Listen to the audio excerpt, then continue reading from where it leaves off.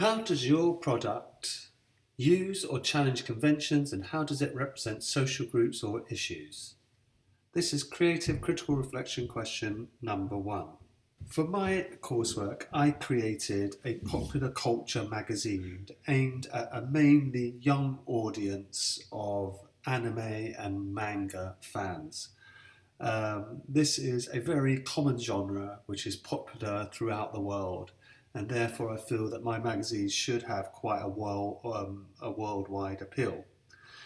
Um, Although I have stereotyped my audience in terms of their interests, that most of the people who will be reading my magazine are probably male, all types of people are also able to enjoy the contents of my magazine. In terms of conventions that I've followed, I have created a very conventional magazine. As the theorist says, media producers use conventions to create safe media products. Abercrombie. I have done the same thing to create a safe media product. In other words, a product that will be successful with audiences because they recognise the type of product I've made. In creating my magazine, I followed all the conventions of layout and design as well as the genre conventions. I will discuss the technical conventions that I followed. For my front cover, I created an eye-catching central image, which is common to all magazines. And of course, in the case of anime and manga magazines, that cover image is usually of an animated figure, which is what I have done. For the masthead, which is the name of the magazine, I used a unique font and a bold colour to make it recognisable and distinct from other magazines. The title of the magazine, Manga Web, hopefully reaches an audience that is essentially online, and that's why I chose that as a title for my magazine. I also used a different font and colour for the feature article cover lines to make it dominate the page over the others.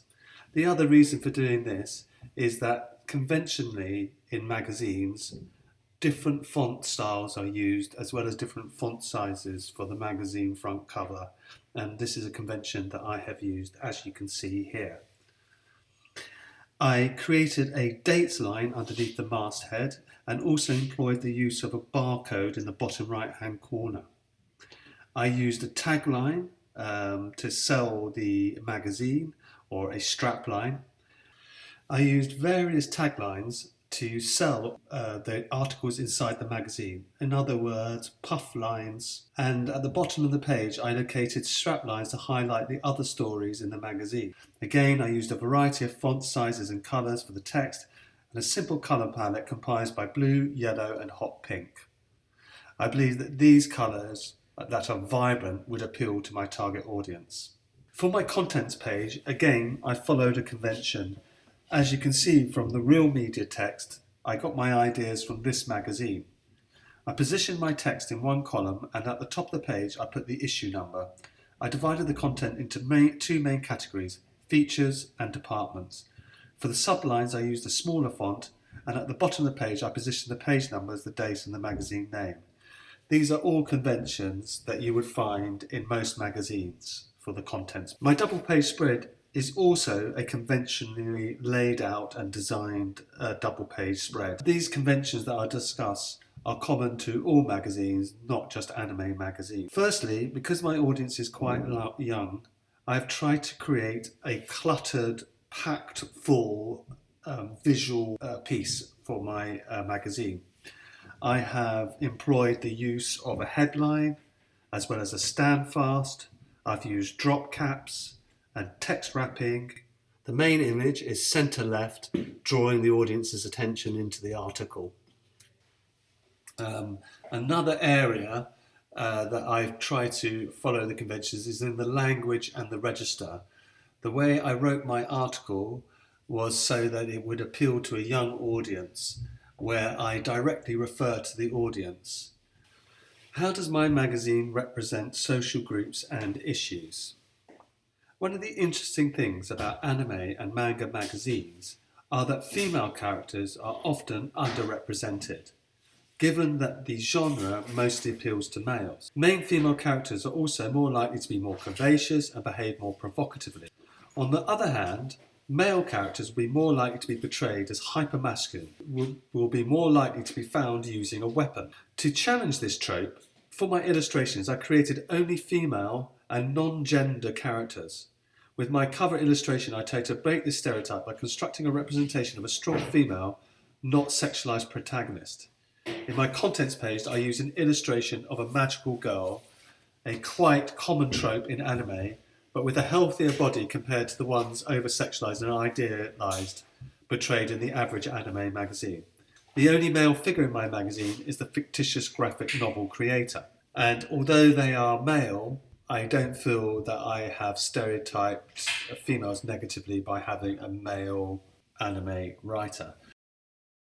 It would have been interesting if my magazine could have featured more in the way of female anime artists, as I am one myself, and this might have been something I could have considered for my magazine. In many ways, my magazine does reinforce negative stereotypes of gender.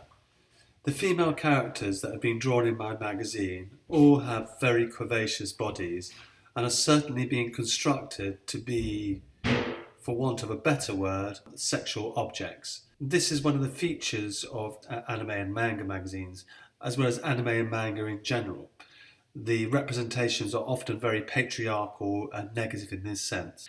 It would have been nice if I could have challenged this convention or this representation by producing anime characters that were less sexualized and created more positive role models of female manga characters, and it's certainly something I will consider in the future.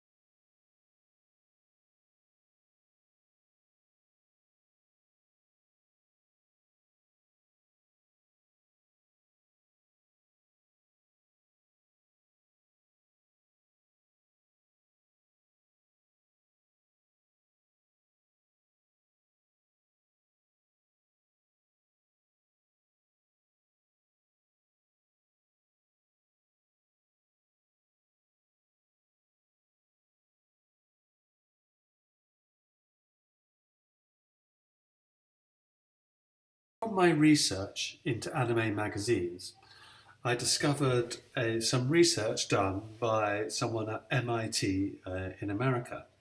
And in this, it looked at how historically in Japan, where anime and manga comes from, in Japan they have tended to idolize male dominance and female submissiveness. In other words, men in power and women in less powerful submissive roles.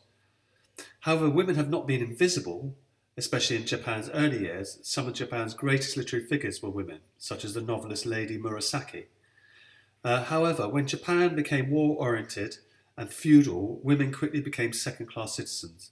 Most women were treated as they have been treated throughout history, as merchandise or servants, and as air-producing machines. This is not to say that men were free from societal chains, Men were also expected to perform in particular ways. One should, of course, realise that there are exceptions to every rule, and that Japanese manga, like English literature, runs the gamut from one end to the other. For the purpose of this analysis, I'll be mostly concentrating on the mainstream youth-orientated magazines, which is what I've created. Many mangas are targeted at either girls or boys, and can be classified as either girls or boys. As far as my magazine being an anime magazine, there are certain conventions that I followed. Generally, though, not always boys' comics are told from a male perspective and vice versa. To young audiences. Also, girls' comics tend to focus on human relationships. For my magazine, boys' comics decided to use the latter focus more on competition or big eye-catching fonts, such as a detective struggling. This directly targets the young audience. Lastly, girls' comics tend to have artwork that is dreamier and softer. While boys' comics tend to be brash and flashy, always the main character of one of the latest most popular anime that is dreamier and softer. The pages are quite often packed with illustrations creator of this magazine. Something similar for my double page spread. Often anime and manga fans are interested also in the authors of their favourite stories. For my feature article, I chose to create a Q&A of the famous young people tend to be far more intricate. In this way, again, I hope to appeal to my audience comics. And I certainly hope that that's something I've achieved in my magazines. The theme of men ought to be stronger than women is a pervading theme that can sum up a lot of gender relations in manga and anime. The idea is that women, no matter how strong and independent they are actually looking for someone who they can depend on and who will protect them. In some ways, or in many ways, I suppose, I have reinforced this stereotype of women being sex objects, being submissive, and men being in positions of power.